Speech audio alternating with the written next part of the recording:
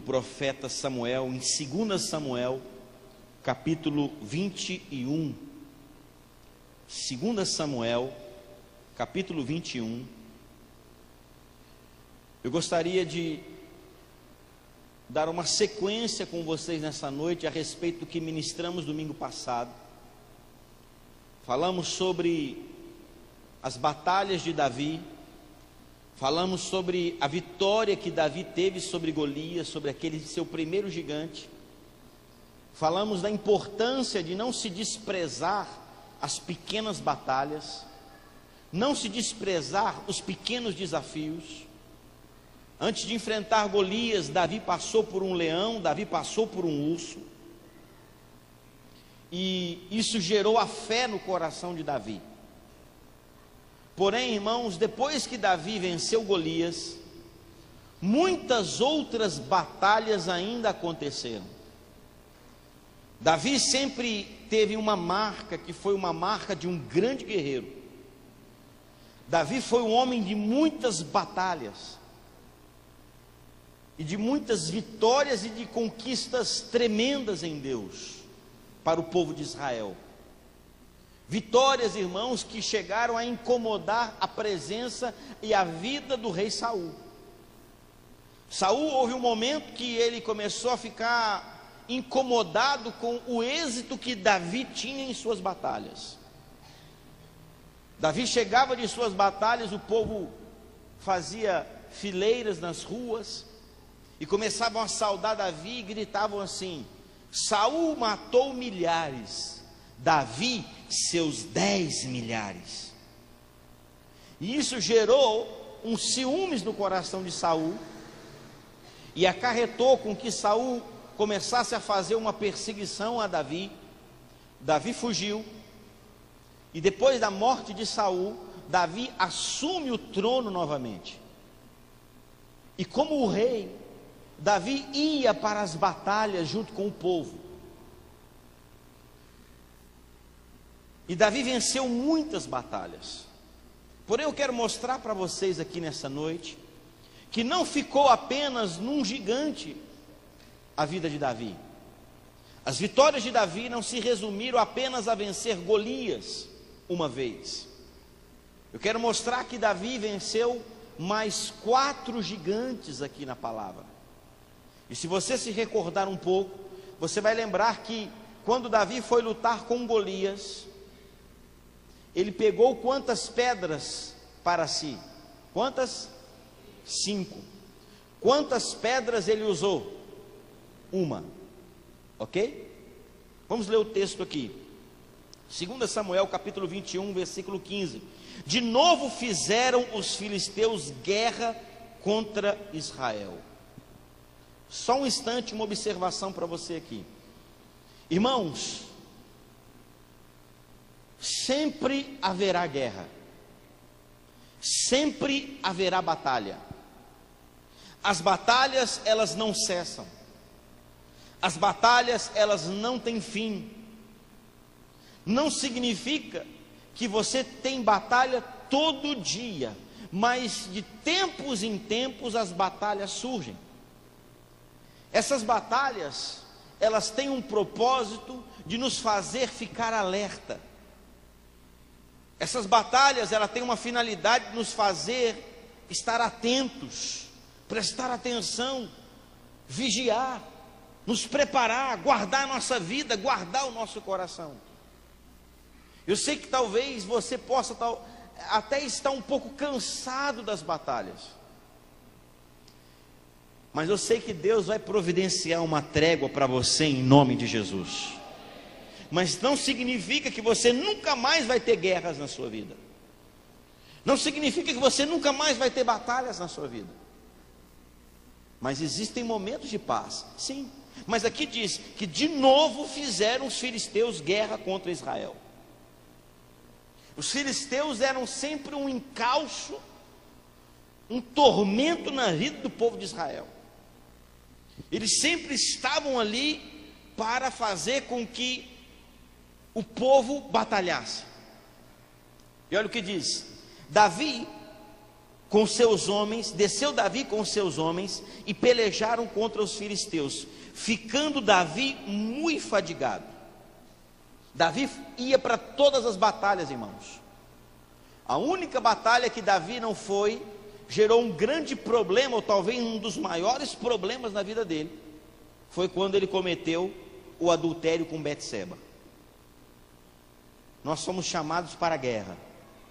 Não adianta você fugir das batalhas, irmãos. Fugir das batalhas é um perigo. Fugir das batalhas é um problema. Nós temos que ficar firmes, porque se nós estivermos com Cristo, a vitória sempre será nossa em Cristo Jesus. Davi então desceu para essa batalha, e aqui diz a palavra no final do versículo que ficando Davi muito fadigado. Davi entrou numa batalha, e aquela época, irmãos, as batalhas elas eram batalhas, vamos dizer assim, não eram batalhas tecnológicas, onde o cara daqui de um navio, ele programa um míssil, e o míssil sai e viaja 1.000, 2.000 quilômetros e acerta precisamente aquele alvo, e ele fica só sondando pelo radar ali. Não é de um avião voando a não sei quantos mil metros de altura, lança um míssil lá e o míssil vai atingir. Eram batalhas na mão, irmão. O negócio era na espada, o negócio era na lança, era no arco. E quando Davi entrou nessa batalha, diz a palavra que ele começou a ficar fadigado. Em outras palavras, Davi começou a ficar cansado da batalha. E olha o que diz, verso 16: Isbi-Benob descendia dos gigantes. O peso do bronze de sua lança era de 300 ciclos, e estava cingido de uma armadura nova. Este intentou matar a Davi. Isbi-Benob descendia dos gigantes, e esse homem estava lutando com Davi, irmãos. E diz a Bíblia que ele estava cingido de uma armadura nova. Por que a armadura nova? Essa armadura nova aqui da palavra, não é no sentido de nova de 0 quilômetro, foi lá, comprou na loja, mandou fazer na fábrica lá, e estava vestindo uma armadura novinha em folha, 0 quilômetro. Não, era uma nova no sentido de remodelada. Por que remodelada? Porque Isbi-Benob descendia de quem? Dos gigantes. E os gigantes eram de que povo? Dos filisteus. E Davi havia vencido há uns anos atrás, porque já tinham se passado algum tempo. Davi havia vencido quem? Com uma pedrada. Quem? Golias. E aonde a pedra acertou em Golias? Na testa, na única brecha que havia no capacete de Golias, naquela fenda que tinha no capacete, a pedra foi e acertou. A partir daquele momento, irmãos, o que aconteceu? Depois que Golias foi morto, todo o exército dos filisteus passaram por uma renovação nas suas armaduras. Hoje na indústria existe um termo muito comum chamado recall.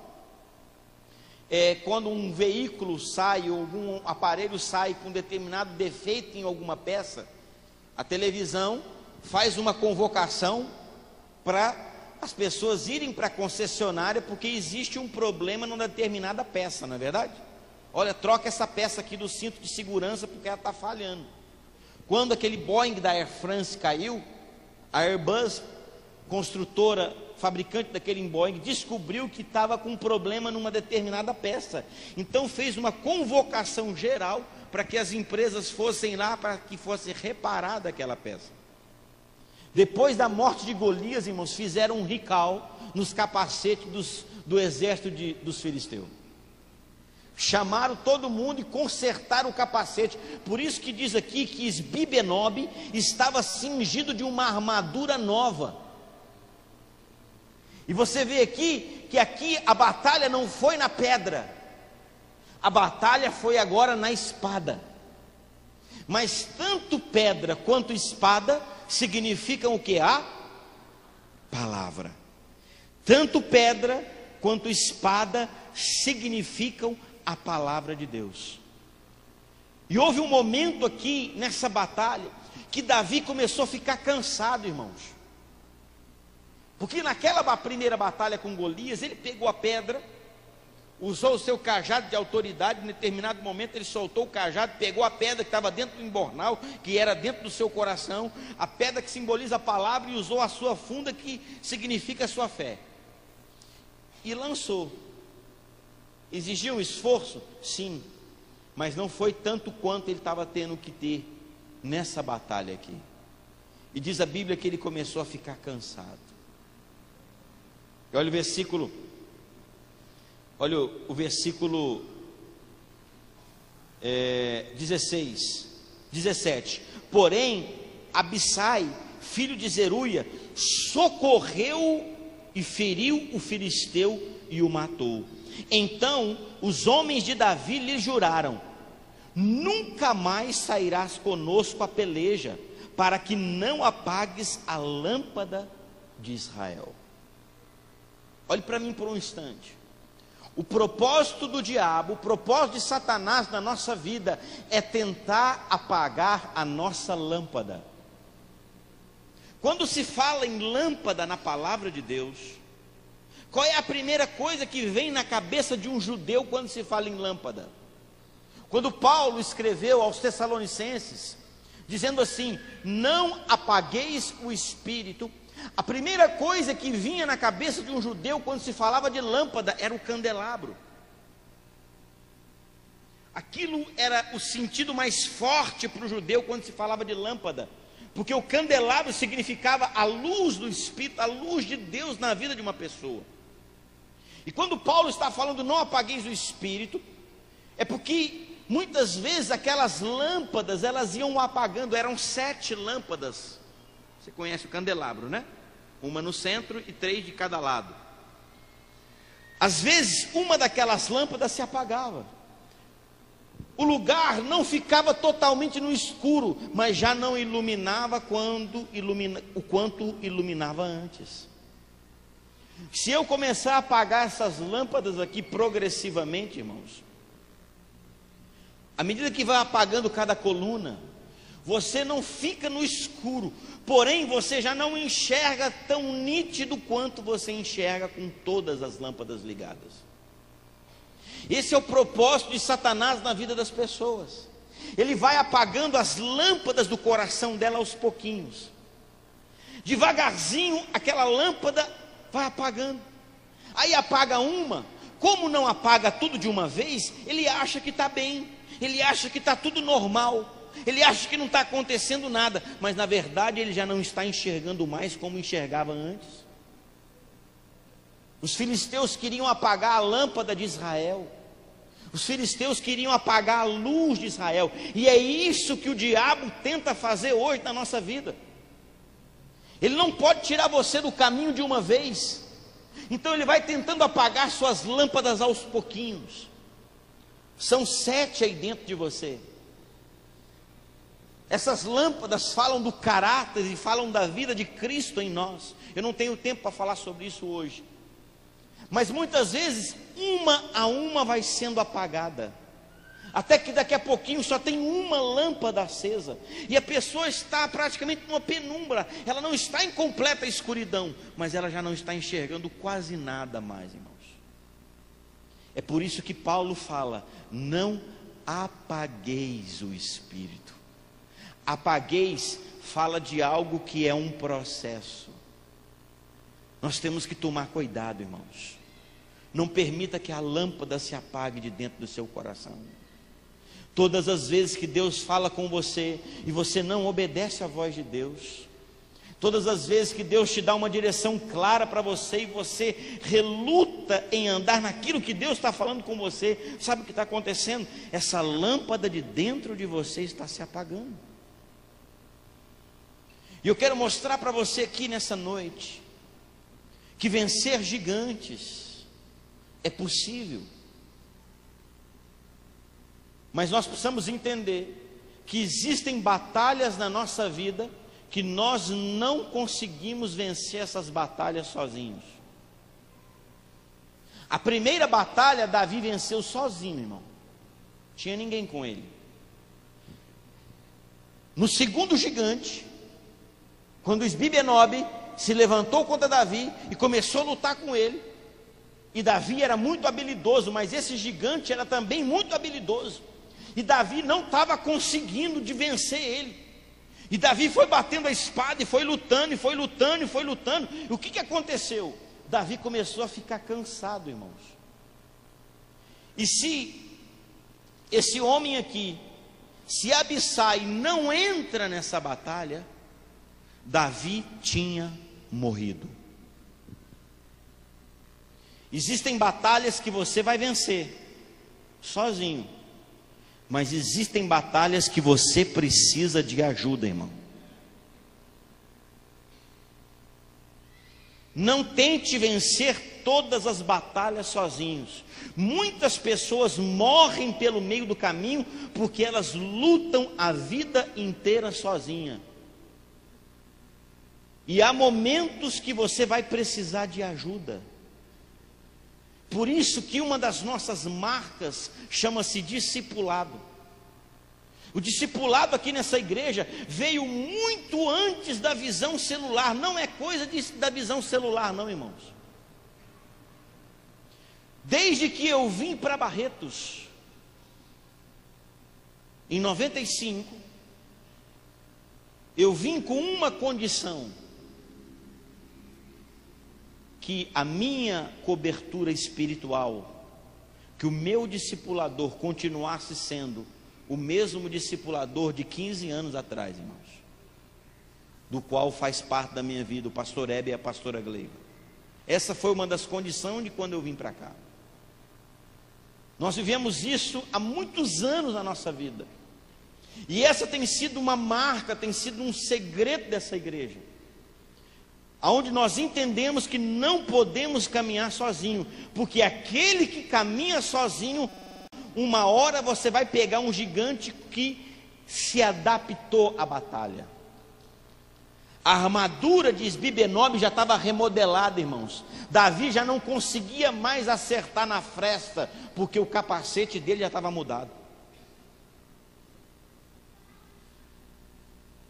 Eu quero dizer para você nessa noite, por favor, em nome de Jesus, não ande sozinho. Você precisa de um Abissai perto de você. Você precisa de pessoas ao seu lado que vão te ajudar. Porque senão, irmãos, esse inimigo que está tentando apagar a lâmpada, ele vai conseguir ter êxito. Olha, vamos continuar lendo o texto, olha o que diz. Versículo 18. Depois disso, houve ainda em Gobe outra peleja contra os filisteus em Sibecai. O Uzamita feriu Asaf, que era descendente dos gigantes. Olha aqui, o segundo gigante, que na verdade não era o segundo, era o terceiro. Golias, Isbi-Benob e esse agora. Versículo 19. Houve ainda em Gobe outra peleja contra os filisteus, e Elanã, filho de Jaaré, Origim, o belamita, feriu a Golias, o geteu, cuja lança tinha a haste como este tecelão. Aqui um novo gigante chamado Golias de novo, não era aquele, que lá não ressuscitou não, irmão, é outro, tá? Terceiro gigante aqui. Versículo 20, houve ainda outra peleja. Esta foi em Gate, onde estava um homem de grande estatura. Agora preste atenção nisso. Que tinha em cada mão e em cada pé 6 dedos, 24 ao todo. Também este descendia dos gigantes. Quando ele injuriava Israel, Jonatas, filho de Simeia, irmão de Davi, o feriu. Agora, o inimigo começa a vir com uma outra estratégia com o povo de Israel. Não diz que todas essas batalhas foram no mesmo dia. Foram em intervalos de tempo, irmãos. O que significa esse gigante de 6 dedos em cada mão e em cada pé? Esse fenômeno acontece até hoje. Porém, com o avanço da medicina hoje, quando uma criança nasce, se o médico já identifica aquele sexto dedinho que tem na mão da criança, ele já logo vai lá e corta e dá os pontos, faz ali uma pequena cirurgia. Esses dedos, eles não têm nenhuma função física. Ele é um dedo normal. Eu conheço uma pessoa que tem aqui um dedinho a mais. Ele tem o formato de um dedo, tem unha, a unha cresce, normal. Só que ele não tem osso, ele só tem cartilagem. Ou nem sei se é isso, vamos dizer. Estou falando aqui como um leigo que sou nessa área. Porém, hoje isso não assusta ninguém, irmãos. A medicina já sabe o que é, já deu um nome para isso.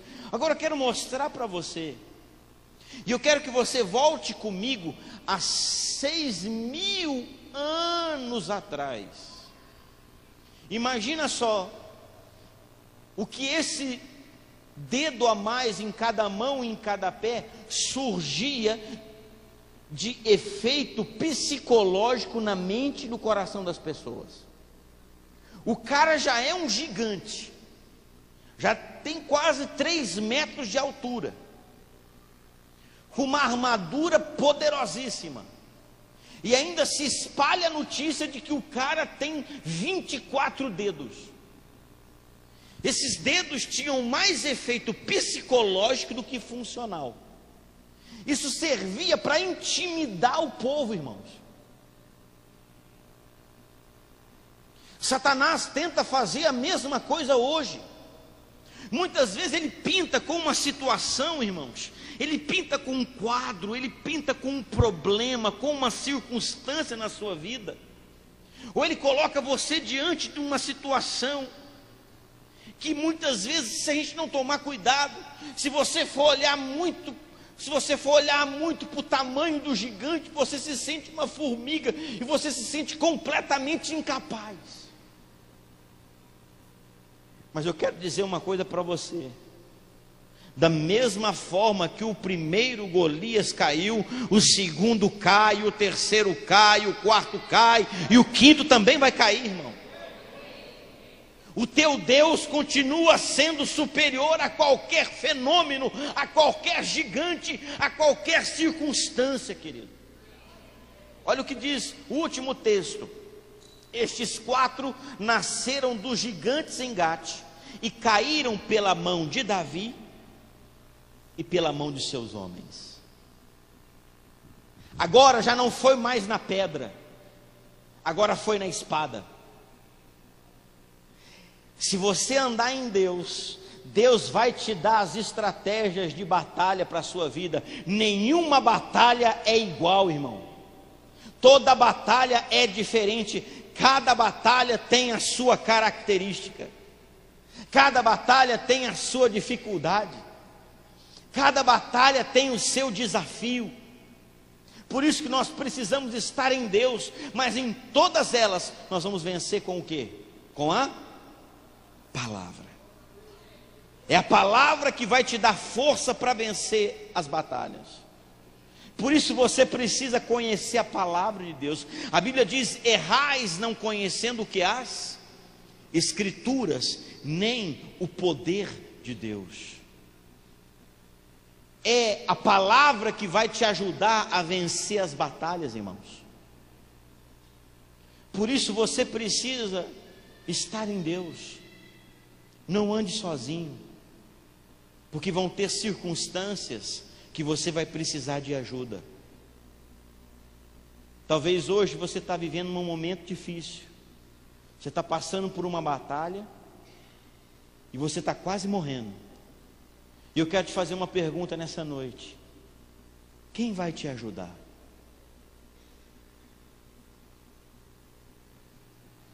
Agora, tem pessoas que estão sozinhas porque querem. Davi relacionava com esses homens. Davi desenvolveu um relacionamento com eles. E se esses homens não tivessem junto com Davi, irmãos, Davi teria morrido. E a lâmpada de Israel teria se apagado. Há batalhas que você vai vencer sozinho, mas há batalhas que você vai precisar de ajuda. Tem muita gente morrendo hoje, espiritualmente, porque tem andado sozinho. Eu não estou falando de simplesmente ter na ponta da língua o nome do seu discipulador, porque a gente sabe que tem muita gente que, se perguntar quem que é seu discipulador, ele fala na hora, mas na verdade não existe um relacionamento. Discipulado fala de amizade. Discipulado não tem nada a ver com gente para mandar em você, irmãos. Não existe esse conceito. Discipulado é alguém que está do seu lado, que vai te ajudar nessas batalhas. Mas para que ela possa te ajudar nas batalhas, ela precisa ir com você nas batalhas. O problema é que tem muita gente, preste atenção nisso. Ela vai para a batalha sozinha, e quando a coisa esquenta lá na batalha, aí ela grita pelo discipulador, ela grita pelas pessoas, e até que a pessoa chegue, já não dava mais tempo. Abissai estava perto de Davi. Se Abissai estivesse longe, Davi tinha o quê? Morrido. E aí é onde você vê quando o discipulado funciona e quando o discipulado não funciona. O discipulado funciona na vida daqueles que estão o quê? Perto. Quem anda longe não funciona. Davi podia ter muitos homens. Eu tenho um discipulador. Eu te pergunto, ele está perto de você? Agora eu quero falar para você, ele não está perto de você. Se não está perto, não é por culpa dele, é culpa sua, porque sou eu quem decido quem vai ficar perto de mim ou não. Tem pessoas que não deixam você chegar perto, irmão. Tem gente que você sabe que o casamento está uma nhaca. Você sabe que está um pé de guerra dentro de casa. Você sabe que está vivendo um inferno. Aí você chega, querido, tal. E aí, não, tá bom. Tudo jóia. Tudo ótimo. Não. E aqui em casa, mil maravilha. O pau quebrou feio ontem, irmão. Feio mesmo. Estão falando em separar, estão falando em largar, estão falando um monte de coisa. Aí você chega, não, tá tudo beleza, E às vezes você fica o quê? Impossibilitado de ajudar as pessoas. Irmãos, nós não queremos entrar na sua vida, nós queremos te ajudar. Amém? O nosso objetivo é só um: te ajudar.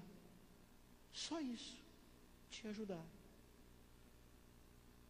Agora, eu sempre digo que o pior doente é aquele que acha que não está doente. Por quê?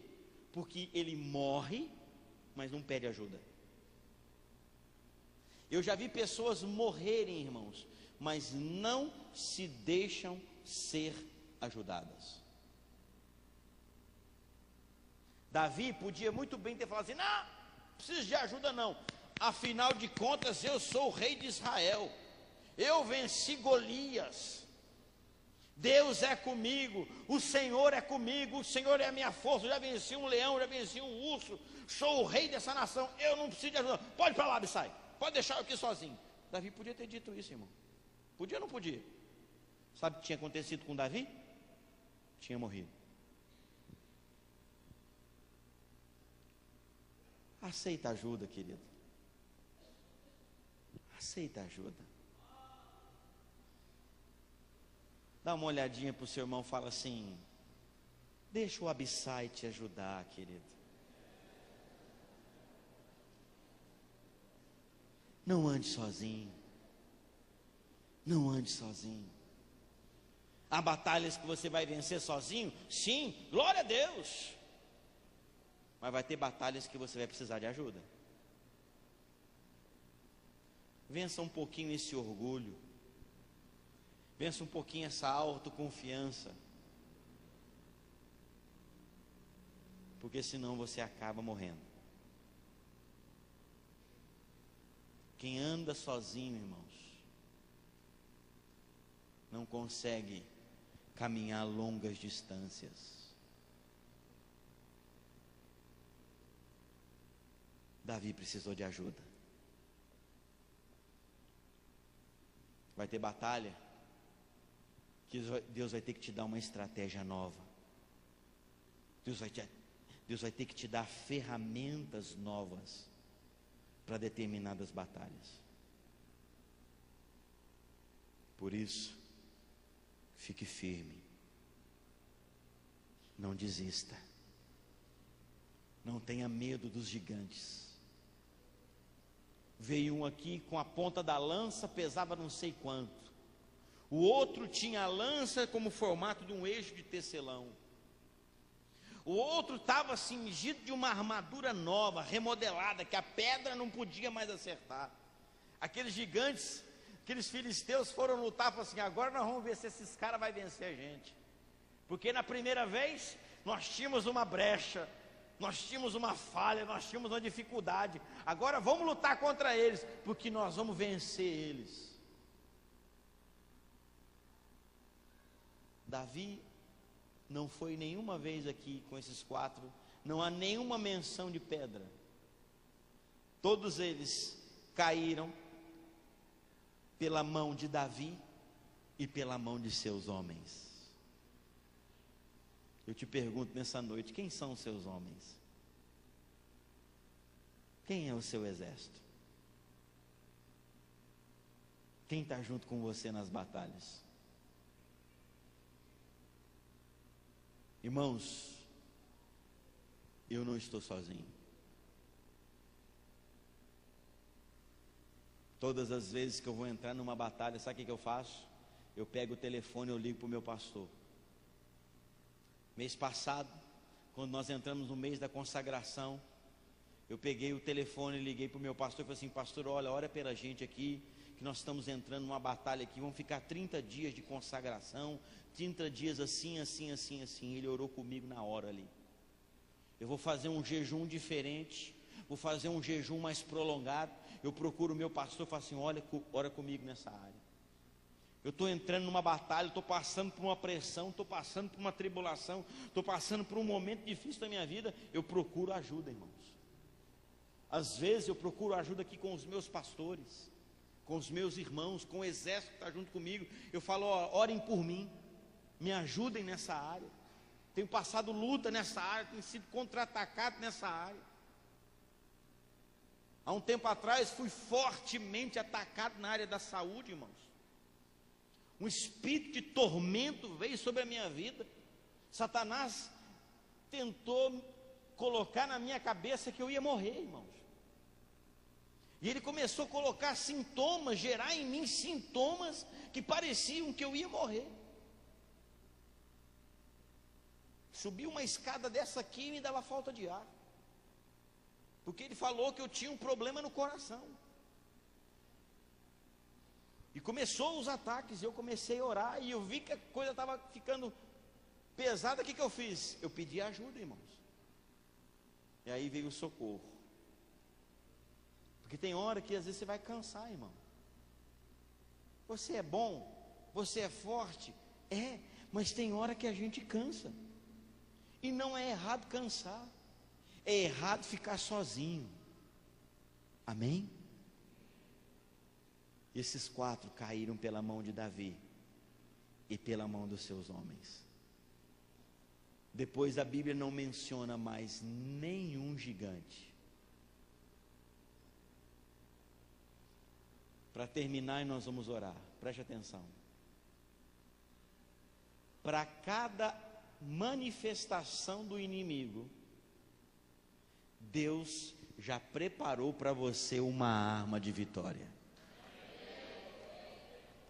Antes dos 4 se levantarem, Davi já tinha as 4 pedras para eles.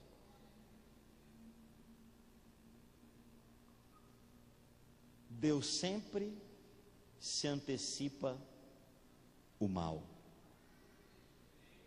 Preste atenção. O relógio de Deus sempre está na frente do relógio do diabo.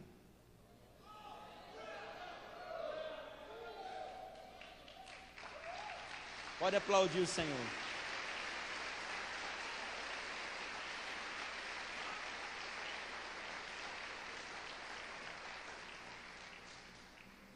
João capítulo 10, versículo 10 diz assim: o ladrão, o quê? Vem para o quê? Roubar, matar e destruir. O ladrão vem, é presente, passado ou futuro? Não. O ladrão o quê? Vem. O ladrão vem é futuro. Ok? O ladrão veio, presente. Não. Perdão. O ladrão vem é futuro. Ok? A sequência do versículo diz assim: o ladrão, vamos lá, o ladrão vem para roubar, matar e... Aí Jesus completa: eu o quê? Vim para que tenham o quê? Vida, e a tenham em... Vim é futuro, presente ou passado? Passado.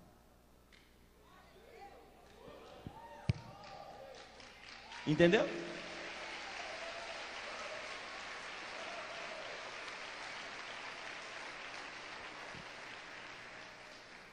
Ele vem, mas eu já o quê? Eu já vim, irmão. Jesus sempre está na frente, irmão. Jesus sempre vai antecipar para você as armas de vitória. Ele sempre vai colocar nas suas mãos as condições de vitória. Por isso, fique em Deus, porque a vitória é sua em Cristo Jesus. Fique em Deus, irmão. Quando o inimigo vem, ele já veio, meu irmão. Tem uma música pentecostal que diz assim: quando eu cheguei aqui, meu Senhor já estava. Quando eu cheguei aqui, meu Senhor já estava. Meu irmão, quando você chega, Jesus já está lá, meu querido. Ele sempre está na frente.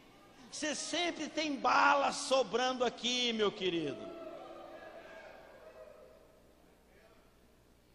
Moisés foi chamado por Deus para fazer os sinais para libertar o povo do Egito. Chegou lá diante de Faraó, transformou as águas em sangue.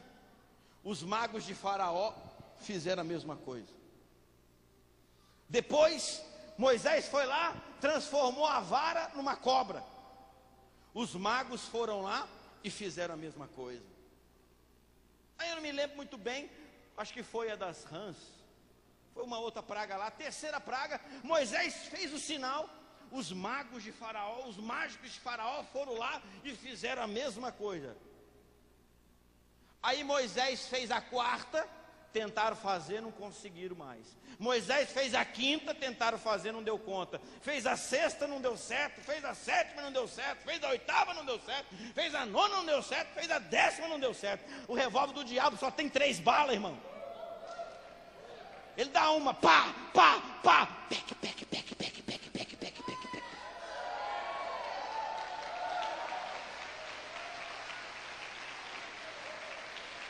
O problema é que a gente assusta.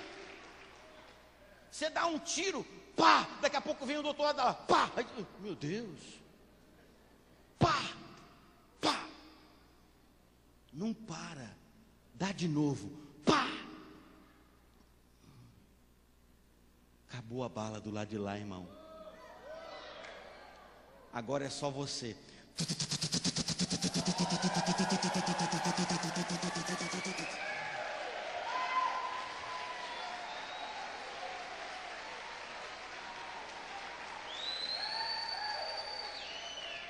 Um dia, eu estou voltando lá do Paraná, e eles têm as blitz na rodovia lá, porque é rota do Paraguai. E o soldado me perguntou e me parou assim, né? Desci do carro, mostrei os documentos. Ele mandou abrir o porta-mala. Enquanto eu ia abrir o porta-mala, ele falou assim: você tem arma aí? Eu falei: tem. Ele olhou para mim, porque geralmente o povo não confessa, né? Eu falei assim: calibre 66. Ele ficou olhando para mim com uma cara assim. Logo que eu abri o porta-mala, eu já tirei minha Bíblia, irmão, e já mostrei para ele assim. Aí ele deu um sorrisinho sem graça. Falei assim: ó, essa aqui é a minha arma, 66 livros, calibre 66. Isso aqui destrói qualquer coisa, meu amigo. Ele falou assim: não, baixa o porta-mala, pode ir embora para casa. Aqui, irmão, aqui nós todo mundo anda armado, meu irmão.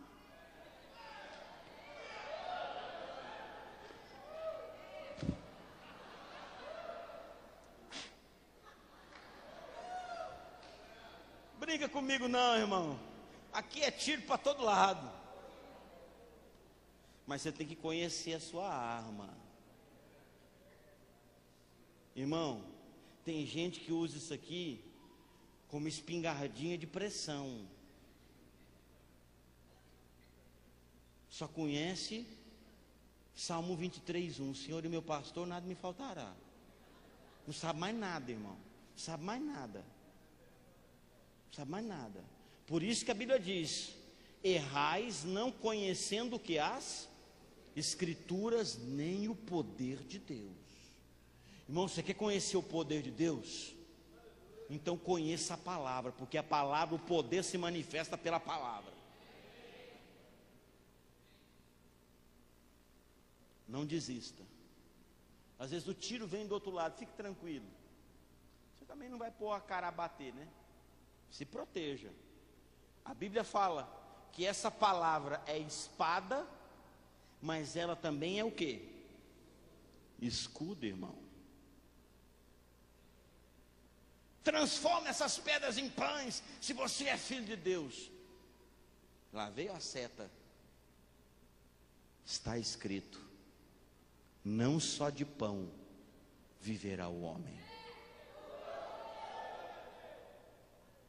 É espada, irmão, mas também é o quê? Escudo. É lâmpada para os pés, é luz para os seus caminhos. Tudo o que você precisa está aqui, ó, na palavra. Na palavra. Amém? Você crê nisso? Você toma posse? Você toma posse?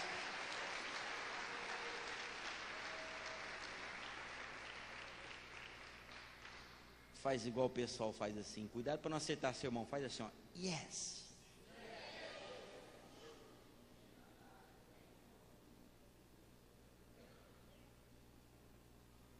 Amém, querido?